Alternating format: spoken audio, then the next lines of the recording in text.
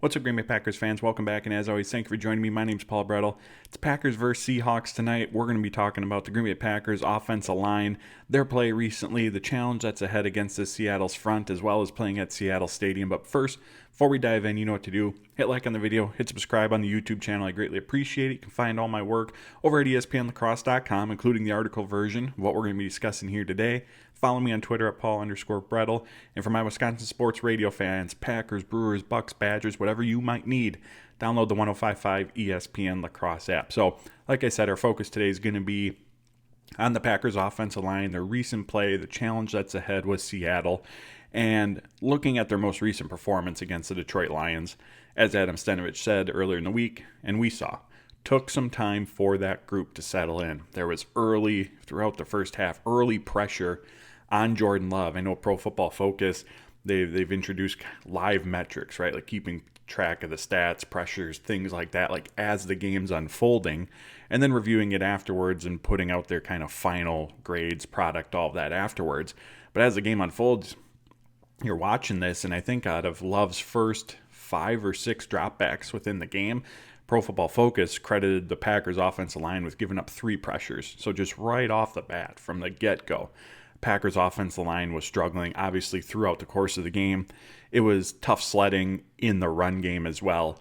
But that's been an outlier performance for this Packers offensive line unit this season. I mean, even with the struggles for Josh Jacobs in the run game, Green Bay's coming into Week 15 here, averaging 4.8 yards per carry on the ground this season. It's the 7th best mark in football.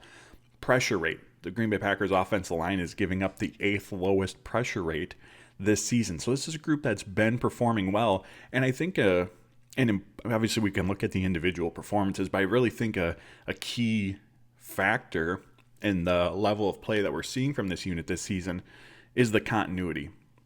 They've, for the most part, had the same starting 5 week in and week out throughout from week 1 to where we are now. I know obviously Jordan Morgan was mixed in with that right guard rotation with Sean Ryan, but that's part of the plan, right? That was what the Packers wanted to do. They practiced it.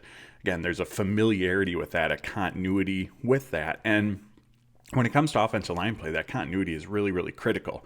For one, offensive line play, the sum of the parts is far greater than any one individual, right?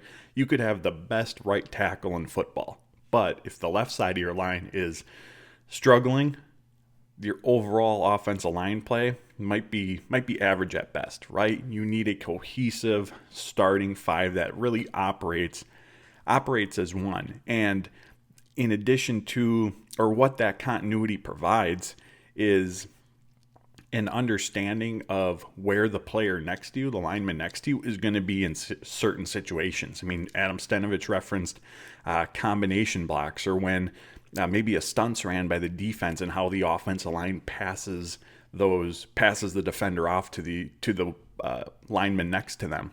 There's a major level of trust that comes with that, right? Because within the scope of the play, each of these individual offensive linemen has their specific responsibility, their rules that they have to follow within the play. Now, obviously, again, defensive line is going to rotate. They might stunt. Obviously, there'll be blitzes, but you still have to operate within the confines of what your rules are on that play. Where offensive lines, and just in football in general, where teams can run into issues, is where you try to do too much, right? You go outside of what your rules are, maybe trying to, in a good effort to help out the player next to you, but then that leaves you susceptible to what your responsibility is.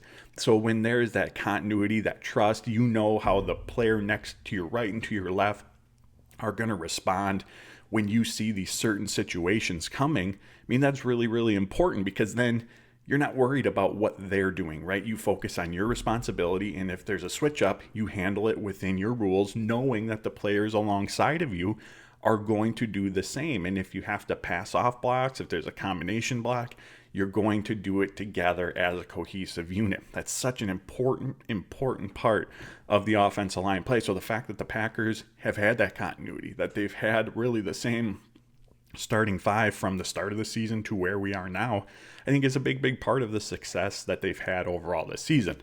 Now, bouncing back to the Detroit game, again, Josh Jacobs would average just 3.7 yards per carry in that game. And in part, Detroit, they came out of the gates and said, we're not going to let you run the ball. I've mentioned this before, but I think it was Next Gen Stats had Josh Jacobs running into heavy boxes on 9 of his 18 carries in that game. Again, Detroit was not going to let the Packers get the run game going. But in addition to that, Love was under pressure in Week 14 at the 10th highest rate out of any quarterback in football, again, during that Week 14 game. And credit to the Detroit, their interior defensive line. They were dealing with injuries there, but they did a really, really good job of generating just a steady push. And whether it's a run play, whether it's a pass play, the best way in football to destroy, wreck, disrupt any offensive play is with a quick push up the middle. And there were a number of instances where Detroit was able to do that. Now, again, credit to Green Bay's offensive line. They did start to settle in. We're probably not going to see the second half performance that we did from the offense, particularly through the air, if the offensive line was going to continue to struggle at the level that they had in the first half. So they did settle in.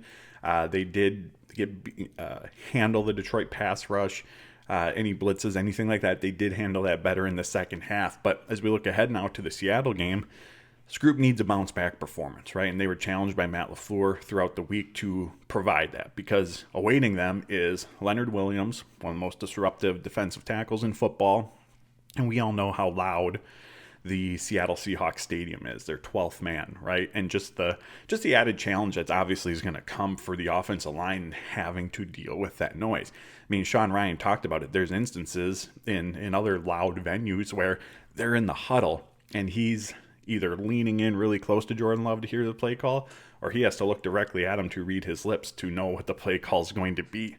And then when you're at the line of scrimmage and before the snap and the offensive line's making all their protection adjustments, calling out, who's the mic, who might be blitzing, all those different elements that go into the pre-snap component of it.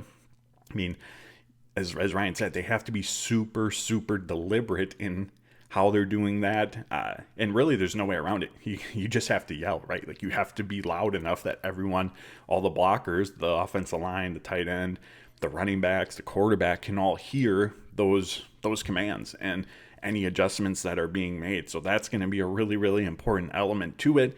And then catching the cadence, right? Like, even with Jordan Love, if you're one of the guards or one of the tackles and he's under center, like, making sure that you at least catch part of his cadence, so obviously the rhythm of when the ball is going to be snapped. And if not, there's going to be a reactionary component to it, right? You're almost like the defensive lineman at that point. If you don't catch where the cadence is because of the noise, you're now you're kind of out of the corner of your eye. You're the one watching the football too to see when it's snapped, to know when you need to go. So that element can't be overlooked. It's not going to be everything, but it can't be overlooked, especially for this offensive line unit. And coming off of the Detroit game, the Lions Stadium, it was at least through the watching on TV, very much seemed to be rocking in that game. So that's going to be a big component of this game for the Green Bay Packers, their offensive line, and just how they play overall. And of course, we all know the detriment that pre-snap penalties, false starts, whatever it might be, delay of games can do for an offense. I mean, those pre-snap penalties were such a contributing factor to the ups and downs that we saw from this offense through the first half of the season. I mean, we've talked about it on here before because it's been pretty prevalent for the Packers, at least, again, up to the bye week. But when you put yourself in those long down and distance situations, you're in obvious passing downs, right? Defense has the advantage from a coverage standpoint. The pass rush can pin its ears back. Again, you've become one-dimensional because you probably can't run the ball as effectively from a 2nd and 15, a 3rd and 11, whatever it might end up being. So it's going to be really, really important to make sure their communication's on point, that the offensive line's very deliberate and intentional about making sure, all right, we can see what the play call is, hear what the play call is, making sure the communication is clear, everyone's on the same page, knowing what the cadence is, catching the cadence, at least a portion of it, so you know when the ball's going to be snapped. Like, all these are going to be factors that unfold, before the ball's even snapped. And then once it's snapped, I think a lot of times for these linemen, at that point it's autopilot, right? Like, once you know the play, you know when the cadence and the ball is going to be snapped, the noise really at that point isn't as big of a factor, right? Because then it's just playing football. You're getting off the ball, you're doing your assignment, working within your rules and operating in that capacity. But how the Packers offense line handles the noise, and just all that comes with that, everything that we discuss, going to be a huge factor in their performance and therefore what the offense does overall in Sunday's game. All right, as I mentioned, in addition to the noise that comes with playing at Seattle, Packers are also going to have to contend with Leonard Williams, again, one of the most disruptive defensive tackles in the game, and just a defensive front, a defense as a whole that's been one of the better units at generating pressure on opposing quarterbacks this season. Williams on the year, and LaFleur said earlier this week, he's having a monster year. He's generated 40 pressures, the 11th most among any defensive tackle this season. He's got 7 sacks. The Seattle Seahawks defense does a really good job of moving him around from the interior to the outside. He is a player that the Packers must know where he is lined up, where he is located, have a plan for on every single play. And again, it's not Leonard Williams might be leading the way in terms of the production, the disruptiveness, but again, this unit as a whole is ranked 11th coming into Week 15 in pressure rate on opposing quarterbacks. The Seattle secondary, they're top 10 in yards per pass attempt allowed, and again, one of the more steady units when it just comes to on-ball production. I believe they rank in the top half of the NFL in interceptions and pass deflection. So you have a really good pass rush. You have a stingy secondary that's aggressive, that's going to play a lot of press man. It's going to challenge these Packers receivers, and with that comes a lot of ball production as well. Now, on paper, and again, disclaimer, game of football, never played on paper, but if there's an area this season where Seattle has been susceptible at times, it's in the run game, right? And that group is trending, their run defense is trending in the right direction over these last several games. But overall this year, Seattle's allowing 4.7 yards per carry, which ranks, I believe, 25th in the NFL. So if we're looking at, and again, on paper, game's not played on paper, but if we're looking at from a going into the game, a game plan perspective, all right, where do you want to try to attack this group? It's on the ground game. It's going to be with Josh Jacobs, who in his last game at Seattle, for what it's worth, and again, those past games have zero bearing on the Sunday night matchup, obviously, but when he was with the Raiders last time he was in Seattle, had over, I believe it was over 300 total yards between the ground and the air against the Seahawks. So Josh Jacobs has had success here before. Again, very different Seahawks team than a few years ago. But this game feels like one where, at least starting out, we're going to see the Packers lean on Josh Jacobs, lean on that run game. For one, as Tucker Kraft has said, and we saw it against San Francisco, we saw it against Miami, when you can lean on Jacobs, when you have a run game to lean on, it opens up the entire playbook for the Packers. When you're in a 2nd and 3, you can run whatever play you want. You can run the ball again. You can take a shot downfield. You can utilize play action. You can attack all parts of the field. There's nothing you can't do in those short down and distance situations. And it's going to open up opportunities in the passing game. It's going to spread the defense out because you can utilize any part of the playbook. You can attack any part of the field. To varying degrees, the defense has to be ready for that. They have to be ready for really any sort of play call in those situations. So spreads them out, more space to operate within. We talked about their pass rush, their stingy secondary. When you're an offense operating from ahead of the sticks, when everything is open up to you, it takes away some of the bite from that pass rush, right?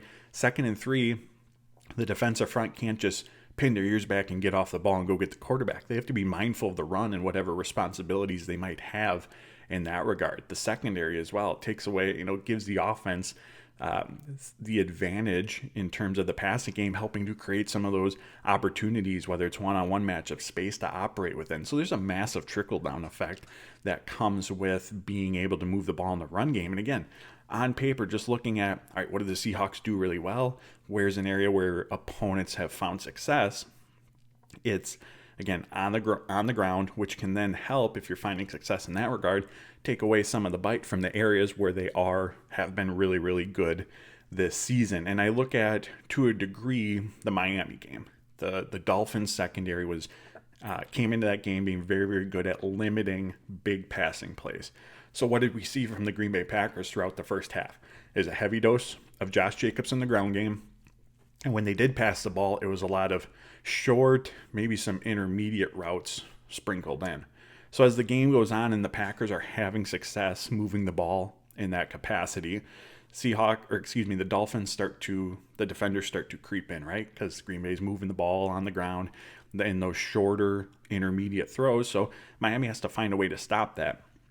Defenders start to creep in, and then in the second half, what do we see? We see Jordan Love connect with Christian Watson on a deep ball down the right sideline. Like, those are the opportunities that over time throughout the course of a game can open up, even against a stingy secondary that doesn't give up a lot of big plays, doesn't give up a lot of yards. Those are the types of plays that can open up throughout the game as an offense finds success on the ground game and on some of those short to intermediate routes. Now, on the flip side of all that, if the run game is struggling to get going, if Seattle comes out and says, or Green Bay comes out and becomes pass heavy right away, becomes one dimensional, whether it's how they want to attack Seattle, whether it's Seattle stopping the run game, the flip side of that is you're now playing into what Seattle's strengths are, right? Because if you're behind the sticks, because you can't, you don't have a productive first down run, or there's an incomplete pass, now the pass rush in 2nd and 10, they're not too concerned about you running the ball in that situation, right? So this pass rush that's already shown to be very good at getting after the quarterback, they can just pin their ears back. From a coverage standpoint, now the secondary, who again is aggressive, plays a lot of press man, good on ball production, they now have the advantage. There's only so many routes you can run in 3rd and 9, right? That get you past the sticks, that still operate within the rules, the scheme, the game plan of what the offense is. So again, gives the defense the advantage. So I do think that this is going to be a game, at least from the start, where the Packers try to get Josh Jacobs going because, again, for all the reasons we just mentioned, and hopefully from Green Bay's perspective, if they're able to do that and find that success, we can see a more complete game from the offensive side of the ball. I talked about it a few videos ago. This 49ers game, the Dolphins game, more run heavy. The Lions game, run game struggled to get going. Passing game picked up the slack in the second half.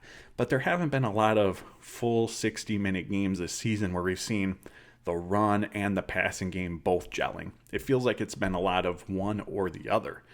But if they can get the run game going, again, that'll set up play action, put them in advantageous situations, potentially could turn into one of those games where we start to see this offense collectively find its groove and play complementary ball within, again, the offensive side of it. So I think as you're searching for what's the ideal outcome in this game for Green Bay, obviously finding a way to win, but seeing the run game, the passing game marry together, build off each other, those concepts from early on in the game, again, progress and build off each other later on in the game. So I think that's ultimately what you would hope to see from this Packers offense in this game. And again, not going to be an easy accomplishment against this defensive front, against this aggressive Seattle secondary, playing on the road in a difficult road environment. But I feel like that's the blueprint that we're going to see the Packers try to accomplish if they are going to find success on the offensive side of the ball. So this is going to be a really good game. A potential, preview of a playoff matchup, depending on how the NFC West shakes out the rest of the year, where the Packers end up seeding wise in the playoffs. They could end up back playing at Seattle in the first round of the playoffs in about a month from now. So going to be a really good game, a potential playoff preview, and how the offensive line handles the noise, how they handle Leonard Williams and that Seattle defensive front. I think it's going to play a huge factor in determining how this game unfolds. Again, it's not the only one. Football, as we all know, is an incredibly nuanced game. Behind any success, any failure, there's numerous factors always in play. But I think how the offensive line handles those factors, I think is going to play a big role in determining how this game unfolds.